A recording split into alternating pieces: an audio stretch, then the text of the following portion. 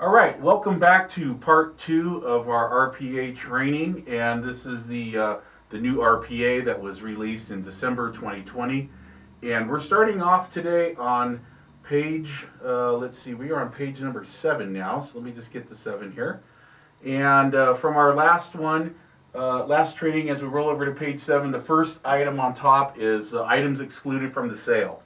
What's really important about that is there's been a lot of discussion since the last version of the RPA about what is actually considered attached to the property, right? What's considered a fixture. And what's big on this one here is to notice that furniture and other items that are secured to the property for earthquake or safety purposes are not considered attached, right? So if I have a bookcase and I have a bracket on it to keep it from tipping over, that is not going to be considered attached to the property, so I can remove the bracket, take the bookcase with me. Also, one of the bigger differences, the brackets or the mounts that hold up flat screen TVs are no longer considered attached to the property, so the TV goes, the mount, the bracket goes, right? And then any of the damage that's done to the wall where the screws were in, those holes are simply just fixed, they're filled in. So it says right here that the holes and other damage shall be repaired but not painted. So that's the first part there. Now we'll move on to paragraph 10, which is the allocation of costs. And I think the most important thing about all of this in this section here is that word allocation. What does that really mean, right? So when you're asking for a pest report or a septic report or a roof report, and you're asking the seller to pay for something, you're asking them to allocate money towards that report or towards that inspection, okay? And so it's really important to note here that it says about that, you're only determining who is to pay for the inspection, test, certificate, service, report mentioned. It does not determine who's to pay for any work recommended or identified in the report. Now, why is that? If you remember earlier that we talked about the properties are being sold as is unless otherwise agreed in writing. So that means any work that needs to be done on that home is part of a negotiation that has to be agreed to in writing, okay? And how do we do that? Well, as you can see here, we make agreements for payment on required work on forms RR, RRRR, ADM, which is the addendum, or AEA, which is our amendment of agreed upon existing terms, right? Amendment of existing terms. Okay, so moving forward, the next paragraph's got some nice stuff in here as well. I think this one's kind of important. I'm going to move it up here a little. Kind of important because, again, another pain point area where people argue as we get here to this section on reinspection fees. These two are kind of tied together here. So, as we know, when the home, if it has a loan and the appraiser comes in, they're checking for 3 big things, right? Carbon monoxide detectors, smoke detectors, water heater, double strapped, so it doesn't tip over in the case of an earthquake. So, any required installation of those items, okay, must now be completed within the time specified in paragraph 3 and 4. 3 and 4 is 7 days now, so the seller has 7 days to make sure the house is ready to go for the appraiser. And that's whether or not the seller is in charge of paying for those things, or even if the buyer says, I'll pay for that stuff to get done. If the buyer says he's going to pay for those items, the buyer, as instructed by the escrow holder, shall deposit funds into escrow or directly to the vendor who's completing that repair or that installation. Now, it says here as well, so it's still up to the buyer, okay? So it says here that it's still, no matter who's paying for it, the seller's obligation is to get that done in the time specified. And if the buyer incurs any cost to comply with the lender's requirements concerning those items, the seller shall be responsible for the buyer's costs. So how does that go with this paragraph here? Well, this is reinspection fees. So if any repair in paragraph 10b1, that's this one right here that we just talked about, is not completed within the time specified, and the lender requires an additional inspection to be made, the seller shall be responsible for any corresponding reinspection fee. If the buyer incurs any cost to comply with the lender requirements concerning those items, The seller shall be responsible for those costs. No longer an argument about that. Okay, so let's move on to the home warranty section here. Again, buyer shall choose the coverages regardless of any optional coverages indicated of the home warranty plan, and the buyer shall pay any cost of that plan chosen by the buyer that exceeds the amount allocated by the seller in paragraph 3Q18, right? The buyer is informed that the home warranty plans have many optional coverages, including but not limited to, et cetera, et cetera, et cetera, and the buyer is advised to investigate those coverages to see which ones may be suitable for that buyer. So I know there's a lot of arguments on sellers directing the home insurance companies, especially if you're putting seller's choice in there. But if you like a specific home warranty company over another, write it in the contract and be very clear with the agent on the other side. The seller is only allocating a cost, right? And it should be the buyer who's choosing what they want to purchase with that money. Okay, and then here, I love when they have language like this. If buyer waives the purchase of a home warranty and the home warranty plan in the paragraph, the buyer still may purchase a home warranty plan at the buyer's expense prior to the close of escrow. So it's still possible to get. So we're going to move forward to this next section, which is a little bit more in depth. Now we're really going to start talking about the seller's responsibilities, disclosures, which disclosures need to be delivered and how they need to be delivered. Okay, so one of the biggest transactional parts of the contract is making sure that the disclosures get delivered to the buyer by the seller in the first 7 days. So as you'll see in this paragraph here, we're talking about the TDS, the NHD, and the other statutory and supplemental disclosures. You'll see paragraph 3N1 referred to numerous times, and as we go on to the next page, you'll see it a couple more times. Paragraph 3N1, 7 days. That's the time that the seller shall have to deliver to buyer, unless exempt, fully completed disclosures required by Civil Code, this one here. Those statutory disclosures include, but are not limited to, a real estate transfer disclosure statement, so that's the Form TDS, a natural hazard disclosure statement, the NHD, and notice or actual knowledge of release of illegal controlled substances, notice of special tax and or assessments, and that would also include Melrose Community Facilities Act and the Bond Act of 1915. Okay, and then if the seller has actual knowledge of industrial use or military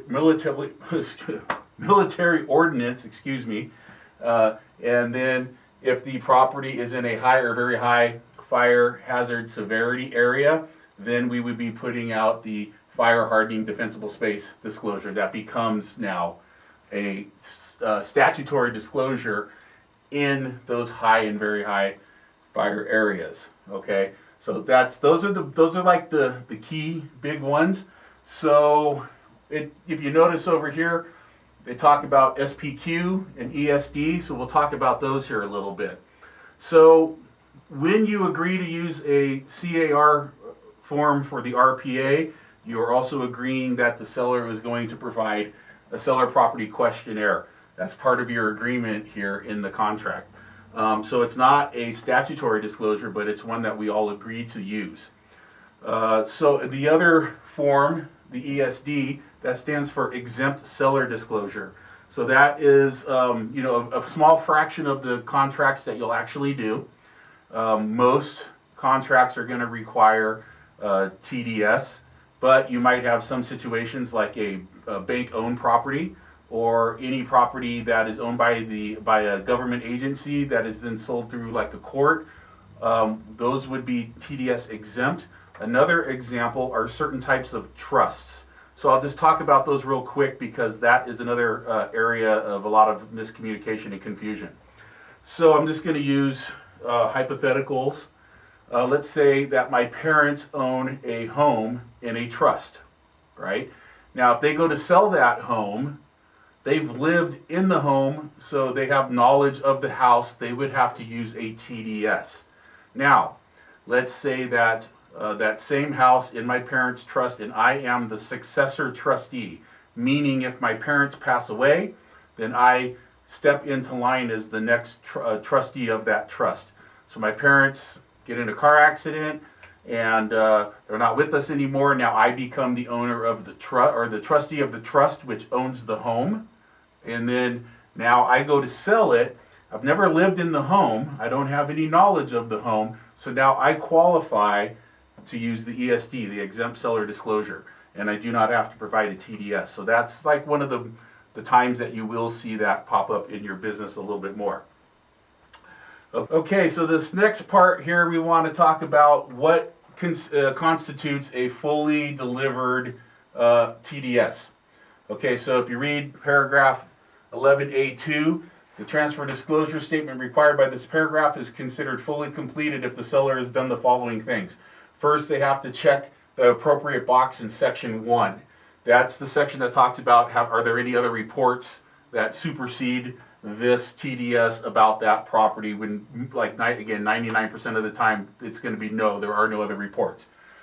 The seller must fill out all the questions and the section on what the, all the things that the house has, right? Whether it's on natural gas, propane, water, sprinklers, whether it has a pool, spa, all that kind of stuff. That's all section 2. And then the seller's agent, if any, has completed and signed the seller's agent section. This part's kind of important, section 3. Or if applicable, an agent visual inspection disclosure, right? In section 5, the acknowledgement of the receipt and a copy of the TDS shall be signed after all previous sections have been completed. So what's so important about this section right here? Right, just about all of us are checking that box where we sign. There's 3 choices there. Choice number 1, seller has no other disclosures. Choice number 2, seller notes the following disclosures. Choice number 3, see attached AVID. They're not quite in that order. I think they're probably in the opposite order. But what's important about that is if you're checking that box that says see attached AVID, according to this paragraph here, the TDS is not fully completed unless you have that AVID filled out and sent with it. When you check that box, you are actually extending the TDS to include the agent visual inspection disclosure. And if you don't have it in there, you're not technically delivering the TDS, if that makes sense.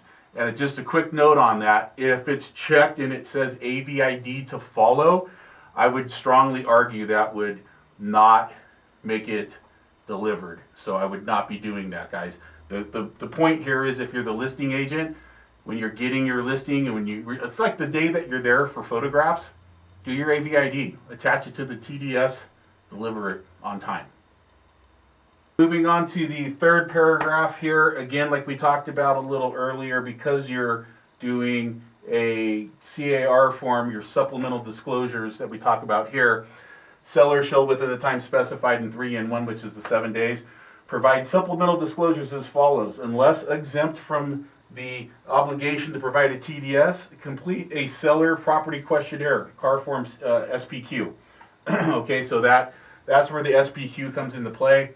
And then, of course, if you are exempt from the obligation to provide a TDS, you'll complete an exempt seller disclosure, CAR form ESD.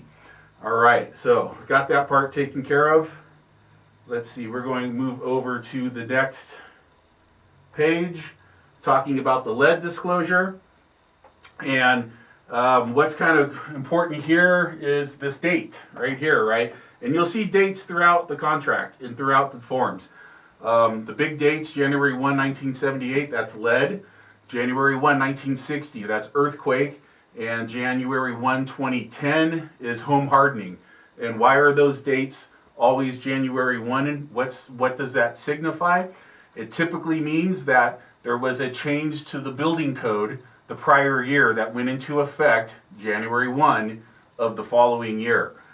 So if you've heard anything about, lead disclosures, like the classic is chipping paint, right? You got chipping paint on your door jamb or something and little kids are peeling the paint off and chewing it, and if it was lead-based paint, they were getting sick. So, of course, in '78 they stopped making lead-based paint for home use, interior home use like that, and now the question then becomes, if the home is built before that, is the seller aware of any areas where there's lead exposed in that way? So it doesn't mean that if the wall had lead paint on it and it's been painted over 20 times since then, that's not a disclosure. It's not a hazard, like an active hazard. It's okay if the original paint 7 layers down is lead, but you still have to give them the disclosure, right? Which is now called the Form LPD. It used to be the FLD, Federal Lead Paint Disclosure. Now they're calling it the Lead Paint Disclosure. And then you also have to give them the pamphlet, which can be found in a couple different spots. One, you can go into your zip forms and find it on your EPUBs, and sometimes it will be referenced in the NHD signature page and delivered electronically via a link. But you have to give that pamphlet when you have to give the lead disclosure. Okay, we'll move on to the really kind of difficult one, which is going to be the home hardening and the defensible space. Now, the reason why I say that together is the form FHDS is the fire hardening defensible space, but we've got 2 different paragraphs here, but so it's still kind of one form. So the key note to both of these is the house in a high or very high fire zone? And if the answer is yes, the house is in a high or very high fire zone, then the defensible space disclosure becomes effective. Okay, and this one here is tricky because what this basically means is the fire board, or the state fire board, wants to make sure that your house is safe from too much greenery, vegetation, and shrubs right up on the house. Wildfire breaks out and your house is harder to defend, correct? So defensible space. So on the form there are 4 options, and one of those 4 has to be checked as part of the disclosure. So they are broken up into 2 groups. There's 2 answers for the group that is when your house is in an area with no local ordinance, and then there's 2 answers for the group that is for where your house is where there is a local ordinance. Well, what does that mean? Well, so CAL FIRE is the state agency that kind of controls and regulates all this defensible space stuff.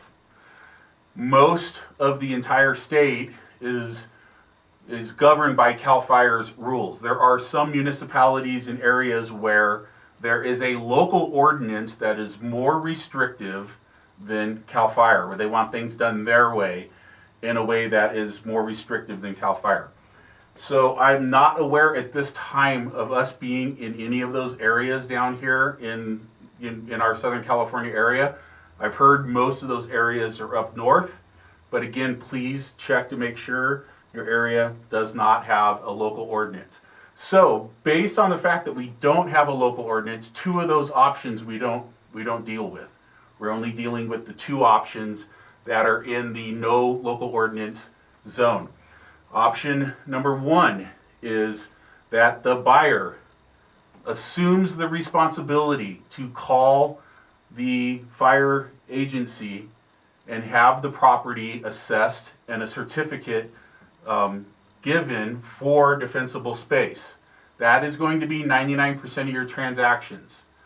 The other very few transactional possibilities are going to be, and it states, if the seller within the last 6 months has already had a state agency come to his house, assess and certify his property for being defensible space, then that certificate needs to be given to the buyer as part of the disclosure package in the first 7 days.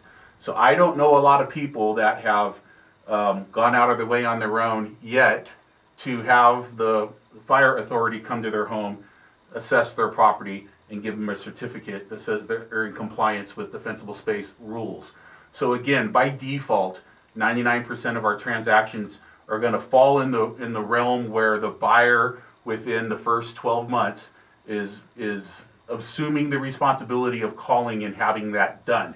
Now, what I've been told by CAR Legal is that all the responsibility is at this point in time is they have to pick up the phone, call the state agency, ask for them to come down, and if the state agency says we don't have the manpower to do it or we can't do it right now, then the buyer has fulfilled their obligation to try to get that done within the first year.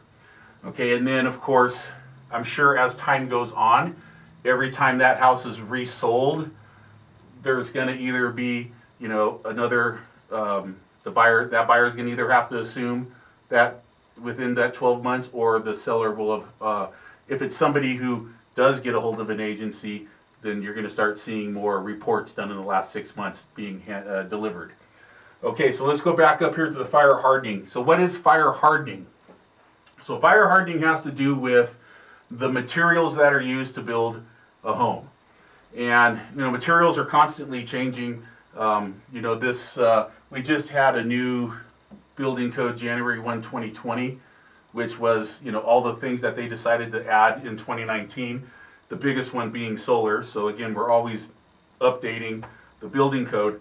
This one here was to make sure that we were stopped using flammable materials on the roof of houses, on the sides of houses, the siding, in the gutters, gutter covers, different things like that. So if the home is in a high or very high fire area, again, that's always the number one determining factor, and the home was built before January 1st, 2010, then the seller is responsible for filling out the fire hardening disclosure. And it's a series of, I think, 5 questions about the materials of the house, what the house is made out of. Okay, so if the home was built after January 1, 2010, then the fire hardening disclosure could become an optional fire hardening advisory. Okay, so you still can use it if you want to, but it no longer becomes one of the main statutory disclosures. Okay, so lot going on in this paragraph, guys.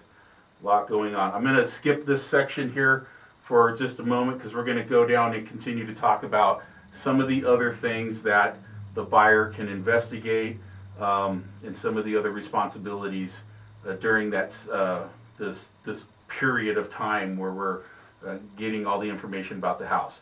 So this version of the RPA, the withholding taxes, the FERPTA stuff, whether you were using the affidavit of the seller's non-foreign status or you were using the QS, the qualified substitute, this used to be due in the first 7 days. And now it has, you'll notice that paragraph 3 in 1 is not referenced here. And it now says that this has to be delivered, okay, by the close of escrow, prior to the close of escrow. So this kind of takes off some of the pressure of us having to get it done, because typically escrow will do this when people are signing their docs or signing their instructions and they're filling out their statement of information, their buyer or seller information sheet, the seller information sheet. They're going to get all this stuff now, and you'll know, the buyer will know whether or not money needs to be set aside for, or the seller will know, whether money is going to be set aside.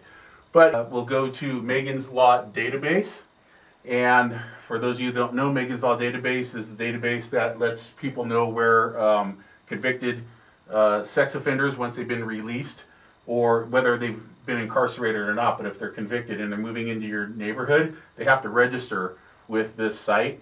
And you can go to this website, and it's clearly stated here on the contract. So that's why it's really not a deliverable, right? The seller doesn't have to deliver to buyer like the list, like here's the list of all the people that live in the area. It's letting you know that the buyer has the opportunity to go to the website. But again, that is also with the transmission pipeline, which is the same kind of thing. There could be hazardous liquid transmission pipelines or high-powered gas pipelines like we have here in Tehachapi. You can go to this website and it'll show you a map of where they are. Now, both of these things are valid reasons for a buyer to cancel within that first 17 days, right? They take a look at that and they notice there's somebody across the street, or they notice that the gas pipeline's too close to the house, too close for comfort, right? They can cancel based on either one of these. Okay, moving on to other things that we look at. Condominium and plan development disclosures, right? This is all HOA docs kind of stuff. Well, what it says now is the seller, within the time specified in paragraph 3N3, which is 3 days. Okay, so the first 3 days of the contract, actually the first 3 business days, the buyer is putting the EMD in, and the seller is paying the fee necessary to the HOA or the POA or whatever owners association to start the process of preparing the documents so that the buyer can review them. And what are we looking for? Well, the buyer has the opportunity to look at, let's see, any of the documents required by law. So these are going to be disclosure of any pending or anticipated claim or litigation by or against the HOA. Excuse me, a statement containing the location and number of designated parking and storage spaces, copies of the most recent 12 months of HOA minutes for regular and special meetings, the names and contact information of all HOAs governing the property, pet restrictions, smoking restrictions, and let's see, that's pretty much it right there. So essentially, and I think the older version of the contract used to say that you had to deliver the financials as well. So I don't know on this one here what I don't see financials per se, but whether or not that's going to be considered in the meeting minutes. But essentially, the buyer has the right to see the strength, the restrictive level, and whether or not financially stable the HOA is before they buy into it. Correct? Because it would be horrible if you buy into an HOA and they're poorly managed, and then all of a sudden your HOA fee is not being spent correctly. Okay, let's go on to the next, natural and environmental hazards. Again, seller shall, within the time specified in 3N1, which is 7 days, if required by law, deliver to the buyer the earthquake guide and environmental hazards booklet, and for all residential properties 1 through 4, for those residential properties 1 through 4, manufacturer, mobile home built before January 1, 1960. Okay, again, building code change, January 1, 1960. Houses before that, you fill out the you fill out the earthquake guide, which is the one that has the questions. Everybody always wants to know what a cripple wall is, but the one with all the boxes, cripple wall, is your house built on a hillside? Do you have a living space above the garage? Is there any unreinforced masonry walls, so on and so forth? Anything for a house before 1960. Okay, and then one here, a little bit more ambiguous. I'm not quite sure exactly what it means, right? Well, let's talk about it. Known material facts. So the question, what is a material fact? What is a material fact and defect? So material fact and defect is something that affects the value and desirability of the home. So I would suggest that when you're doing your AVIDs, those are the types of things that you're looking for. Okay, things that are going to affect the desirability and the value of the home.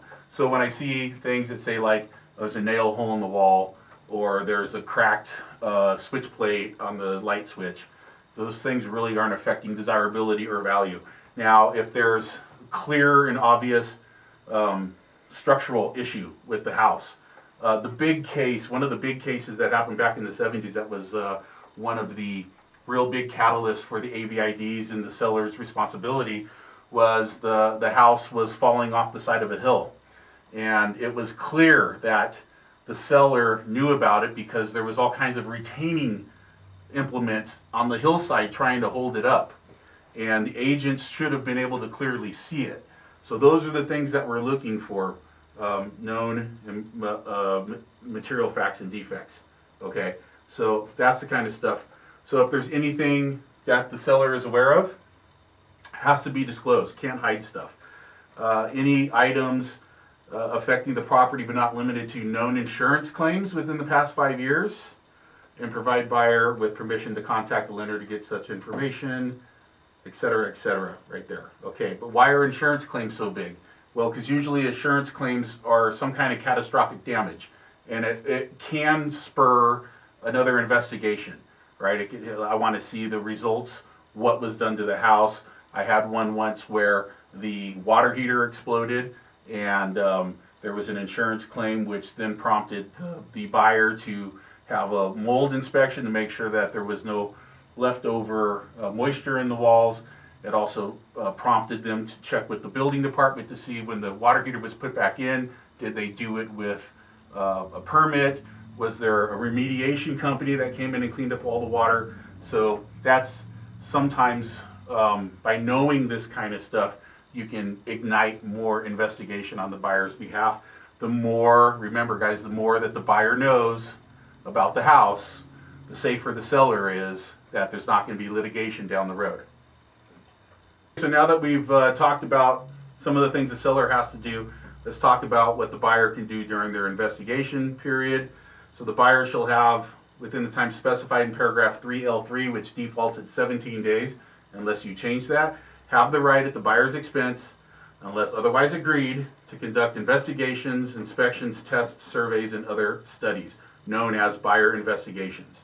Buyer investigations include, but are not limited to, inspections regarding any physical attributes of the property or items connected to the property, such as a general home inspection, an inspection for lead-based paint and other lead-based paint hazards, an inspection specifically for wood-destroying pests and organisms.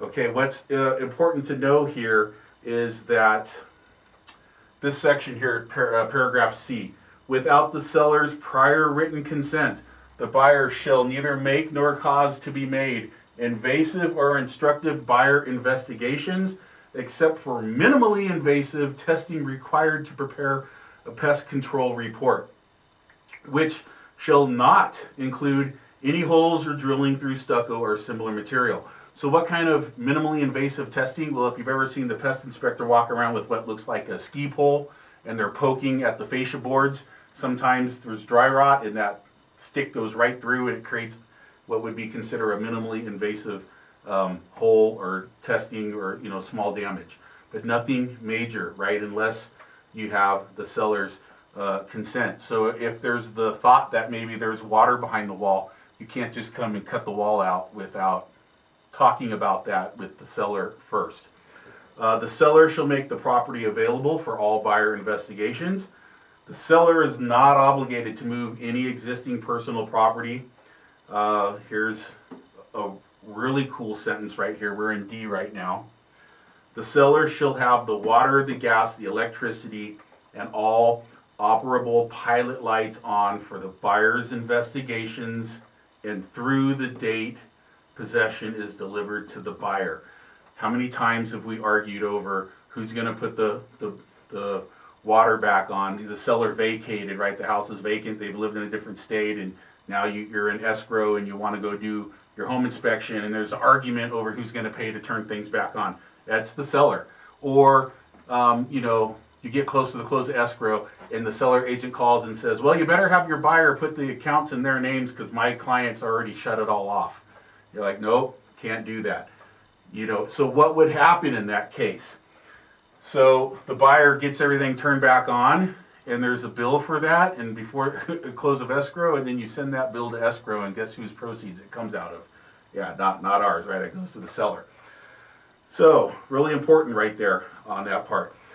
There is section E right here, buyer indemnity and seller protection for entry upon the property. Buyer shall keep the property free and clear of liens. So nothing that the buyer does during the inspection should put a lien on the property, meaning if there's some kind of report or some kind of inspection and they don't pay, the service provider could lien the property, right? Well, that's not going to happen, right? Because the buyer is saying that they have to keep it free and clear of liens. Repair all damage arising from the buyer investigation, and indemnify and hold the seller harmless from all resulting liability claims, demands, damages, and costs. The buyer shall carry or the buyer shall require anyone acting on the buyer's behalf to carry policies of liability, workers' compensation, and or other applicable insurance. So that right there just tells you that your cousin or your uncle who is just a handyman should not be doing your home inspections. Okay, make sure that your home inspectors, your roofers, your plumber, anybody coming in to do inspections on the property should be carrying some type of insurance policy protect against liability, workers' compensation, or whatever type of insurance to protect the seller from liability for any injuries to persons or property that occurred during the buyer's investigations or any work done on the property at the buyer's direction prior to the close of escrow. Okay, so now we're on page 10 of the contract, paragraph 14, talking about time periods, the removal of contingencies, cancellation rights. This is the part where we get into the really transactional stuff and like a lot of arguments here on, who's going to remove the contingency, did I get what I was supposed to get, all that kind of stuff really starts to take place in here. So this part I'm going to spend a lot of time on. One of the things I see a lot of people struggling with is removal of contingencies, notices to perform, rights to cancel. We talk about that stuff all the time. Okay, so let's talk about up here at the top. We're going to go with paragraph 14A, the seller delivery of documents. Okay, the seller shall, within the time specified in 3N1, which is 7 days, like we've been talking about this whole time, deliver to buyer all reports, disclosures, and information known as reports for which the seller is responsible in all the preceding paragraphs, 9B6, 10, 11A, 11B, 11C, 11D, 11H, 11K, 11L, 11M, 13A, and 13D. So all those disclosures that we just talked about, plus, any reports. So what would be reports like pest inspection report, septic report, roof report, HOA docs, TDS, SPQ, all that stuff that has to be delivered in 7 days, right, comes over. And then the buyer has the time specified in paragraph 3, which is 17 days to perform investigations. That's what we just talked about. Review all the disclosures, reports, lease documents, right? Anything for leases like a water softener lease, solar lease, alarm lease, propane tank lease, any of those types of leases. And then, let's see, those are the leases that are to be assumed by the buyer and any other information which buyer receives from the seller. Approve all matters affecting of the property and deliver seller signed copies of the statutory and other disclosures delivered by the seller in accordance with paragraph 11. Okay, then the buyer, within the time specified in 3L3, again, 17 days, requests that the seller make repairs or take any other action regarding the property on Form RR. Now, this is really important part of this paragraph right here. So again, you have 17 days to request the seller make repairs or take actions on Form RR. It says right here, clearly, seller has no obligation to agree or respond to the buyer's requests. Okay? If the seller does not agree or does not respond, the buyer is not contractually entitled to have the repairs or other requests made and may only cancel based on contingencies in this agreement. This kind of goes back to the houses being sold as is, unless otherwise agreed in writing. So what I sometimes see is the seller doesn't respond. The agent goes, well, the buyer's agent, well, they're not responding, and I've reached out to them multiple times, don't know what to do, and we get stuck in this limbo period. So one of the ways that you can do this, well, what I see people trying to do is to send a notice to perform to the seller to respond to the RR. But later, as we talk about notice to performs in a different video, you'll see that notice to performs can only be used for contractual actions and for contingency removals. Contractual actions would be things like getting your earnest money deposit into the bank in 3 business days. That's a contractual action that you've agreed upon, so you can use a notice to perform for that. But this is not a contractual obligation because the seller has no obligation to agree to an RR, so using a notice to perform would not be Correct. So what would be the appropriate action if the buyer doesn't want to buy the house unless all these repairs are done and you're not getting your response back? Unfortunately, it's cancellation of the contract. Okay, so you can have that conversation with the agent on the other side. Hey, you guys haven't responded. You've left us no choice to cancel. Is that what you really want to do, or did you just fall asleep on the job, right? And he goes, hey, they're not going to make any repairs. So then you have a conversation with your buyer. They're not making any repairs. Are we going forward? Are we taking the house as is, as the contract states, or are we canceling out of this contract? So that's the real important takeaway from that one right there. The other things to talk about are higher up here in paragraph 14. So we talk about the removal of contingencies in cancellation under this paragraph, right? Whether the buyer's investigation and time periods. It does say here that the following time periods may only be extended, altered, or modified or changed by mutual written agreement. Any removal of contingencies or cancellation under this paragraph by either the buyer or seller must be exercised in good faith and in writing. So you either remove the contingency with a CR, contingency removal, or you cancel it with the CC, cancellation of contract. Okay, so let's talk about a little bit about time periods and extended, altered, modified, etc., etc. Okay, so in California, California is known as a active contingency removal state. The other kind of contingency removal in other states is what's called passive, right? Passive simply means that when the 17 days are up, it just dissolves, it goes away, the contingency is no longer there, it just automatically goes away. In California, as an active state, as the 17 days approaches, the seller has to enforce that date. And they enforce that date by sending a notice to perform, which sounds really kind of scary. The notice to perform on it clearly states that it can be delivered 2 days prior to the expiration of the contingency that you're trying to remove. And it says to the buyer, if you do not remove this contingency when it's due on the 17th, so let's use 17 days, right? So we give it on the 15th day. If you don't remove it in 48 hours, which is the end of the 17th day, then you are now in breach of contract, and then the seller who's enforcing the contract now has the right to cancel the contract based upon your inability to move on this notice to perform. Now, a couple of things here. It's a great tool to move the contract along, but know that if you're the seller, on the seller side, the seller's agent, that the only way that really has a lot of teeth into it is if you're willing to absorb the consequence that comes with enforcing the contract, which is a cancellation.